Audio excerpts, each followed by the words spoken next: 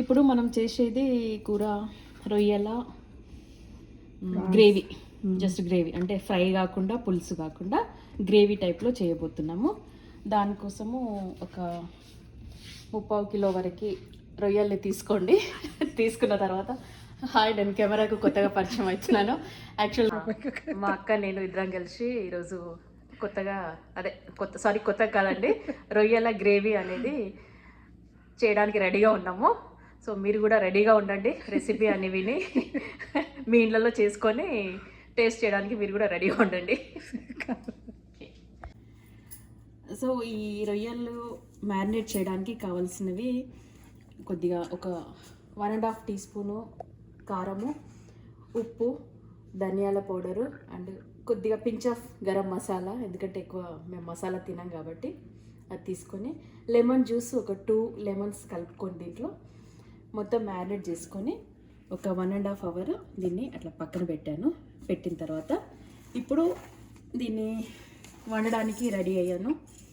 So సన్నగా cut చేసుకున్న ఒక ఉల్లిపాయని ఒక 3 స్పూన్ ఆయిల్ ప్యాన్లో తీసుకున్న తర్వాత ఇప్పుడు ఉల్లిపాయ ముక్క వేడైంది. దాని తర్వాత వీటిని బ్రౌన్ కలర్ వచ్చే వరకు ఫ్రై చేస్తాను.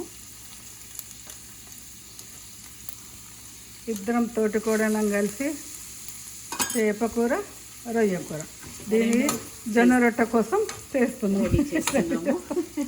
సో మా ఇంట్లో వాళ్ళందరూ బావా అండ్ మా అమ్మాయి తినడానికి చాలా ఎగ్జైట్మెంట్తో ఉన్నారు. అక్క అయితే లేదు తినడానికి.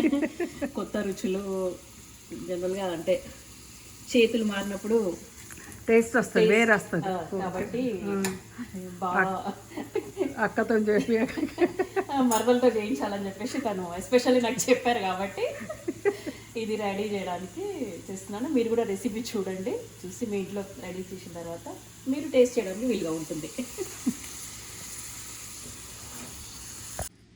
సో ఆనియన్స్ వేసిన తర్వాత బ్రౌన్ కలర్ అయ్యేంత వరకు వేపుతాం కదా. తర్వాత కొద్దిగా దీంట్లో అల్లం వెల్లిపాయ పేస్ట్ వేసుకోవాలి. పచ్చి వాసన పోయేంత వరకు ఇంకొక 5 నిమిషాలు వేపుకొని దీంట్లో కొద్దిగా పసుపు, జీలకర్ర వేసుకోవాలండి.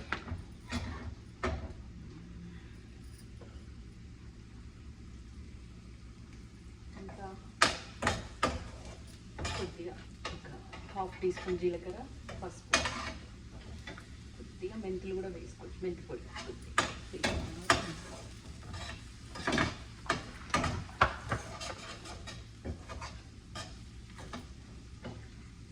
ఆల్మోస్ట్ వేగిపోయాయి కాబట్టి ఇప్పుడు ముందుగా కలిపి పెట్టుకున్న మ్యారినేట్ చేసిన రొయ్యలు మిశ్రమాన్ని దీంట్లో వేయాలి.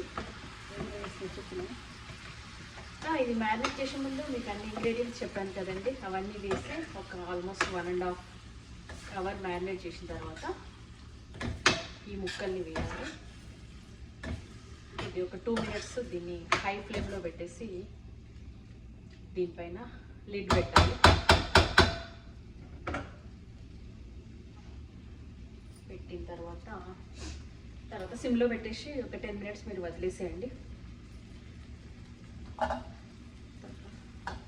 సో ఇట్లా 15 నిమిషాలు అయిన తర్వాత లిడ్ ఓపెన్ చేసి ముక్క సాఫ్ట్గా అయిపోయి ఉప్పు కారం పట్టేసి ఫ్రై అయిపోతుంది.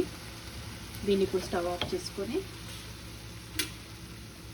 కొత్తిమీర పైన చల్లుకుంటే బాగుంటుందండి. ఇది అండి రొయ్యల కూర రెసిపీ గ్రేవీ. ఇది కూడా రైస్కి కానీ జొన్న రొట్టెకి కానీ చాలా టేస్టీగా ఉంటుంది. మీరు కూడా ట్రై చేయండి ఈ కర్రీని. సో దీన్ని కూడా లైక్ చేసి షేర్ చేసి మా ఛానల్ని కూడా సబ్స్క్రైబ్ చేయండి. Thank you. Visit again. Thank you.